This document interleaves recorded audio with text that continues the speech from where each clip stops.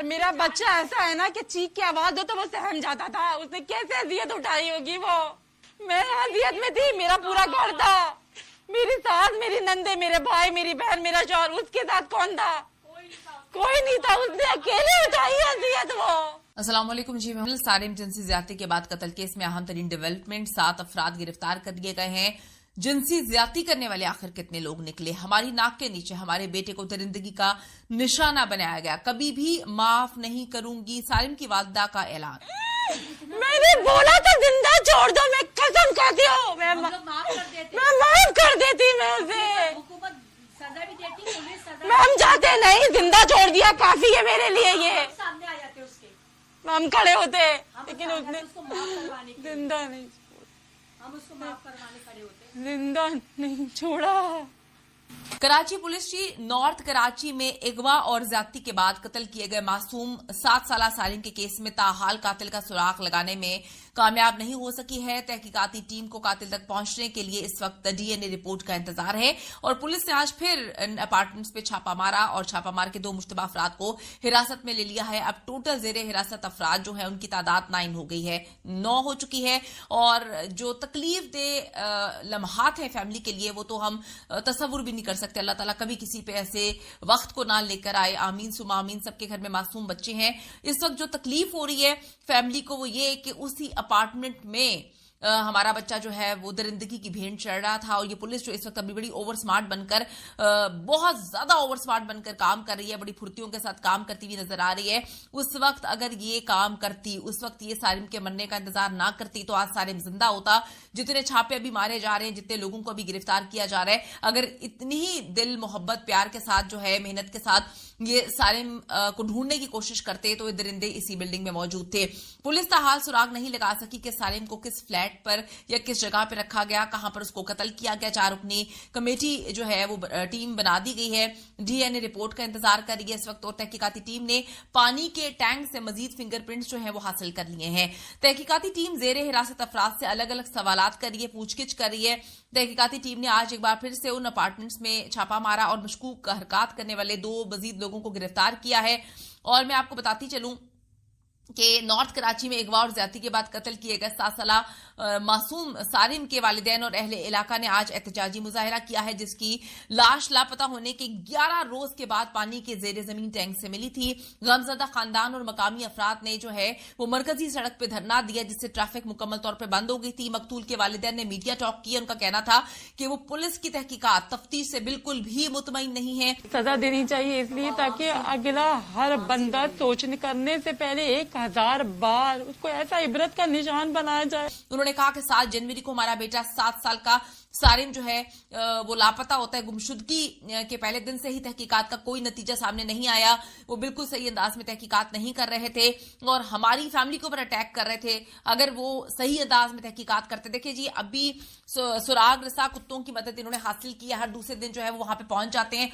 अगर सारिम के कपड़ों को सुंगा कर उन कुत्तों की मदद हासिल की जाती और उन्हीं अपार्टमेंट्स में ढूंढा जाता तो सारिम आज जिंदा होता। असल बात यह है कि पुलिस ने अपनी रिवायती हट धर्मी का मुजाहरा किया और पुलिस जो है वो काम होने का, कांड होने का, कत्ल होने का इंतजार करती है कि जब कोई अनहोनी हो जाए तो उसके बाद ड्रामेबाजियां करने के लिए हर दूसरे दिन फ्लैट्स में पहुंच जाती है। और अब कातिल को ढूंढने के लिए जो है हाथ पांव मारे जा रहे हैं, क्योंकि अब ये केस जो है उभर के सामने आ गया है। अफसोस का मकाम है जी, कामरान टेसोरी साहब की भी कोई वर्थ नहीं है, कोई अहमियत नहीं थी कि वो आए और उसके बाद भी पुलिस जो है वैसे ही काम करती रही, फैमिली को तंग करती रही और सही अंदाज में तहकीकात नहीं कर रही थी। बार बार एक ड्रामेबाजी कर रही थी कि सीसीटीवी कैमरे जो है वो बंद हो गए थे, हमारे पास फुटेज नहीं है।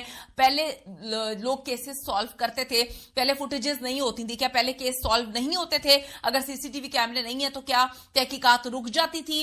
बात यह है कि आप तहकीकात करना ही नहीं चाहते। आप इन्हीं अवाम के पैसों के टैक्स से जो आपकी तनख्वाहें आपको मिलती हैं, आप उसको जो है किस तरह से उन्हीं अवाम को तकलीफ देने के लिए इस्तेमाल कर रहे हैं। और यकीन करें कि ये दर्द माँ बाप के लिए कभी खत्म नहीं हो सकता कि उसी बिल्डिंग के अंदर जो है सारिम बिलक रहा था, रो रहा था, तड़प रहा था और वो दरिंदे उस बेचारी के साथ बुरा सलूक कर रहे थे, इनको पता ही नहीं। और पुलिस जो है वो हाथ पे हाथ रखकर सो रही थी।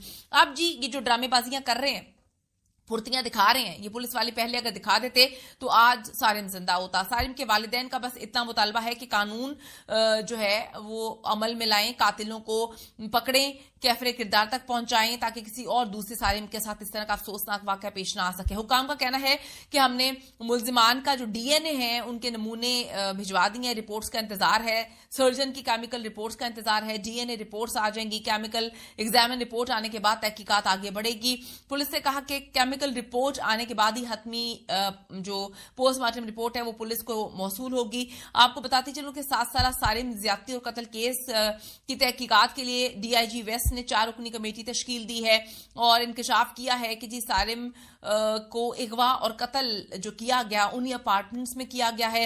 हिरासत पहले 5 मुल्जिमान को पुलिस ने हिरासत में लिया था, अब मजीद लोगों को हिरासत में लिया है। टोटल 9 लोग हो चुके हैं और जिसमें 2 चौकीदार हैं, मुअल्लम है, बिल्डिंग का वॉलमैन है।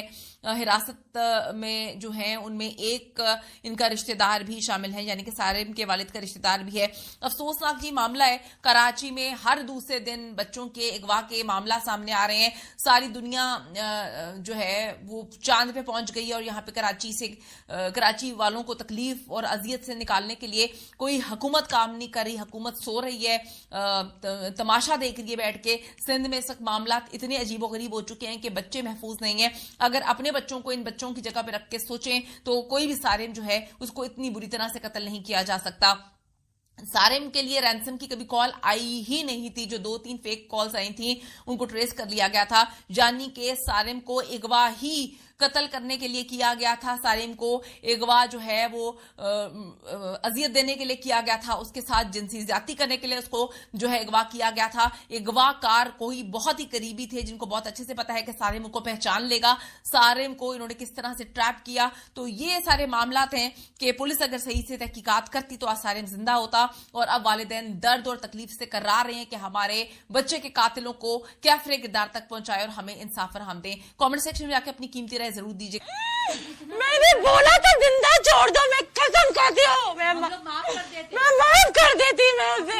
हुकूमत सजा भी देती, पुलिस सजा मैं हम चाहते नहीं, जिंदा छोड़ दिया काफी है मेरे लिए। ये सामने आ जाते उसके, हम खड़े होते हम लेकिन आ उसने जाते उसको माफ करवाने के लिए, जिंदा नहीं, हम उसको माफ करवाने खड़े होते। जिंदा नहीं छोड़ा।